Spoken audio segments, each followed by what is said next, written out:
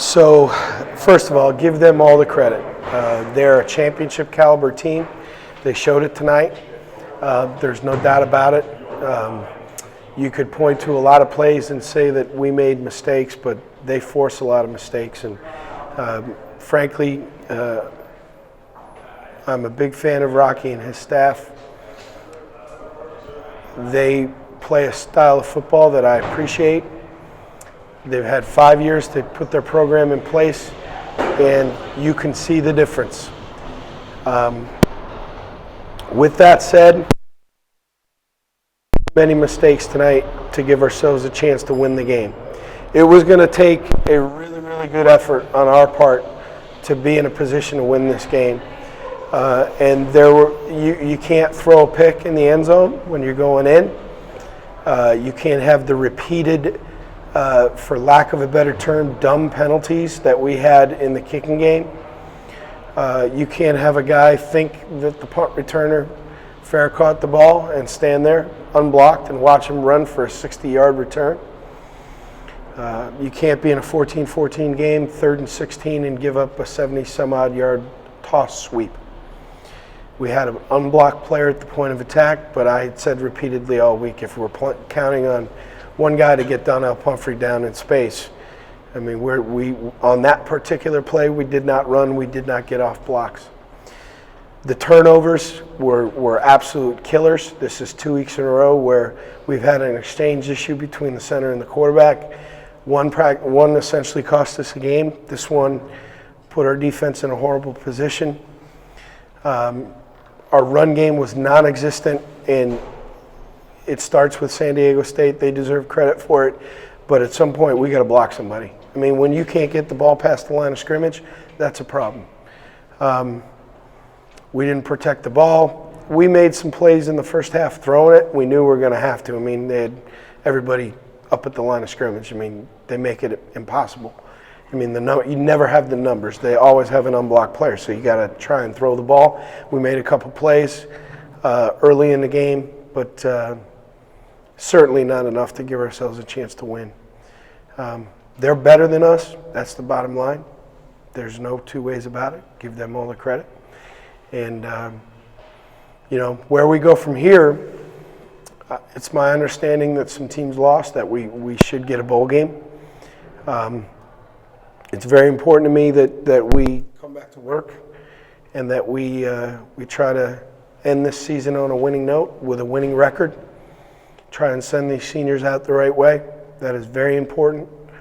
I'll meet with the team tomorrow night and we'll discuss how we're going to move forward. So with that, I'll take any questions.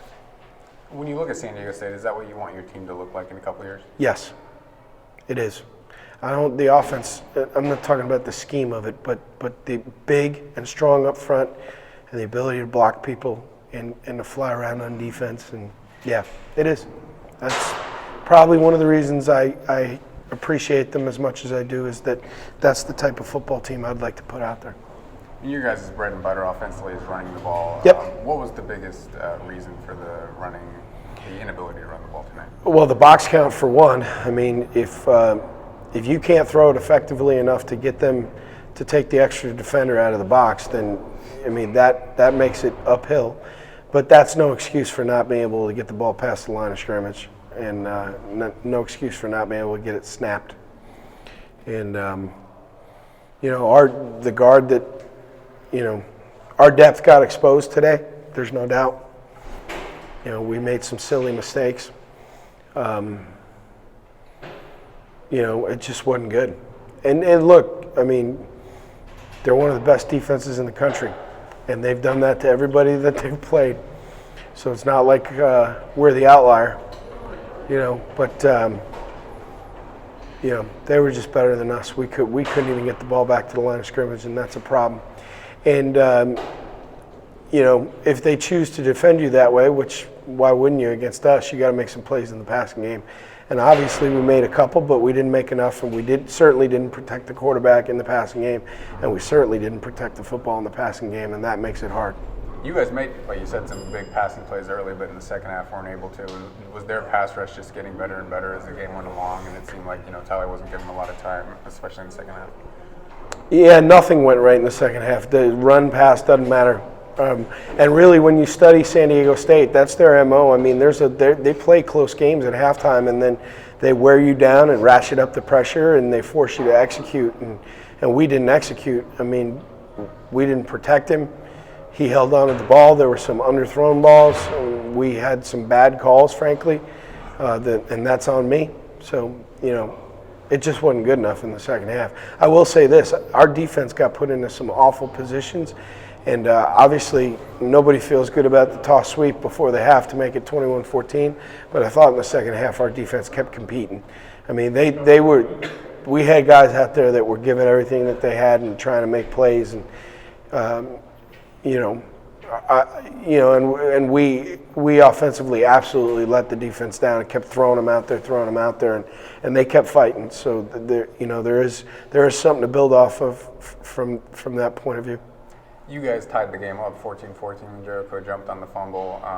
Maybe like 3 or 4 minutes left to go before the half. You guys are going to get the ball to start the half, and then they do get that 72-yard run on 3rd and 20. How important was that play and turning the momentum? Oh, it's the biggest play in the game. There's no doubt. I mean, I'd used the timeout to stop the clock. There was a penalty on the play, and I chose 3rd and 16 over 2nd and 26 or whatever it was going to be, because my hope was that we could get a stop on 3rd down, call a timeout, and get the ball back and try and go down and see if we couldn't get some points. Had it made it 3rd and 4, I would have accepted the penalty, but you would think that 3rd and 16 is still pretty favorable for your defense, and you can get off the field. And then to run a toss sweep and to just disappear and have the ball go to the house, it's the single biggest play in the game. I mean, it's the single biggest play in the game, and it's not a very good look for us on defense. You guys had a nice play on special teams early on with Hunter running the ball in. Did he have to see a certain look to have that ball snapped, or I guess how did that No, that's a fake that we put in probably a month ago, and just I actually was poised to call it against San Jose State had we not, and we threw a touchdown pass on a 3rd down. It's been in for a while. It's incredibly, you can't predict how the defense is going to line up because, nobody really shows that look. So it's really just a count deal, and I just felt like at the time that field goals were not going to get it done, that we're going to need to score touchdowns. And the field goal team executed it very well. Hunter executed it very well, and we were able to get a touchdown there, which I thought was important. I thought the opening play of the game, I mean, we decided 3 days ago we were going to run a max protection stop and go and see if we couldn't try and loosen them up a little bit, and it was well executed. Look, I mean, this thing's a really competitive game at halftime. And we talk about the toss sweep. The other thing that killed us is we're 3rd and 2 on the opening drive of the second half, and they don't pressure. They run their base defense, and we run an inside zone, and we get hit for no gain. And if you can't block their base front and get the ball 2 yards and get a drive going, then you don't deserve to win, and tonight we didn't. On that play, is Hunter advised to take a timeout if the count isn't good, or is he running? No, I mean, if I can see the look, I'm watching it, and if I don't like it, I'll sprint down and take the timeout. I'm not going to put it on him, but we knew the moment we lined up, we knew we had what we wanted. Any thought of putting him in the game during the game? Or there was for me. I'm not going to speak for the offensive staff, but the reality of it is, with what San Diego State was doing, that would have been essentially unfair to them. I mean, they're so good on defense, and they're so unique on defense. To put a guy in there that didn't get all the first-team reps throughout the course of the week would be setting him up for failure, and I'm not interested in doing that. It would have been unfair to Hunter to do that. With the bowl looming, I mean, it seems like you guys are guaranteed a spot. I guess what's the mindset of the team? Do you see them excited for one more opportunity and to go out? They're not excited right now, nor should they be. It's difficult right now. I just said on the radio, there were some good things this year. It's difficult when you end the season on a night like this, when you get thoroughly outplayed in the second half and you make some knuckleheaded mistakes. But in the next day or so, I'll be able to step back and look at it from a more global point of view, and hopefully, I know that there's plenty that we need to fix, but there's also a lot of things that we can be proud of. And I challenge them. I challenge them to prepare, to show up, to to take this privilege that they've earned here with the bowl game and take it seriously. And I know there are going to be a lot of people around say, "Oh, 6-6, you don't deserve a bowl." No, look, 6 wins is the mark. We hit it. Our seniors deserve this reward and the chance to play another game. And my hope is that we will prepare and play our best game of the year and hopefully go out with a winning record. And that's my goal. And all the other noise that comes from the outside, we can't listen to that, can't bother us. It's got nothing to do with us. We just got to go back to work and find out where we're going to be in a week and go, play the best game we can play. Do you anticipate having Coach Rolovich for that game, or will he be? No, Coach Rolovich is going to be on a plane tomorrow for Hawaii. And I appreciate you asking that question because I do want to take a second to publicly just say how excited I am for Nick and his family. What an incredible opportunity to go back to go back home and become a head coach at your alma mater.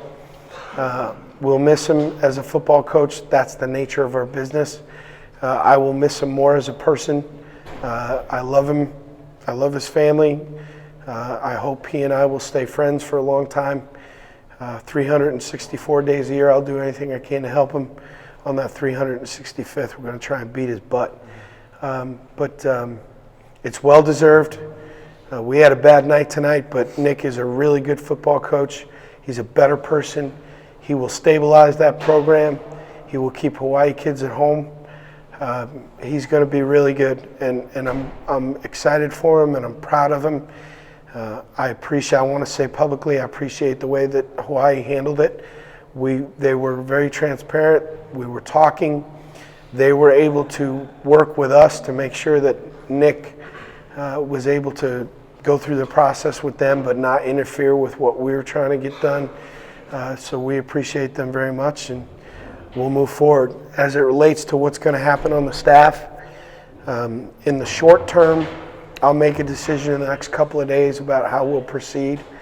In the long term, I'm not talking about it until the bowl's done and I have a chance to catch my breath and decide what's best for our program moving forward. And I'll evaluate every facet of the program after the bowl, and if some hard decisions need to be made, then we'll make them. So you don't know who's going to be calling plays for the bowl? That'll be determined in the next couple of days? I have a hunch, but I have a hunch.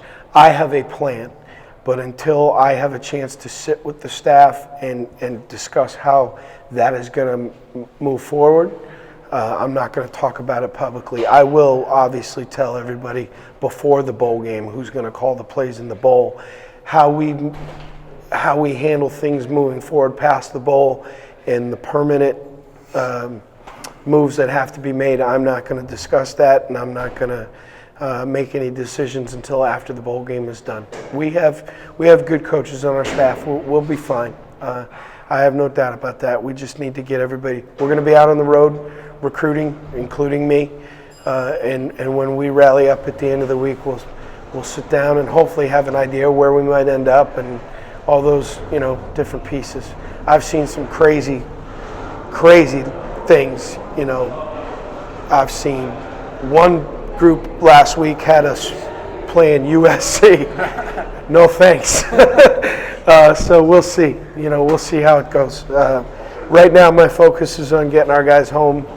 Trying to get some injured guys back, and and getting out recruiting and seeing if we can improve the talent level on our football team.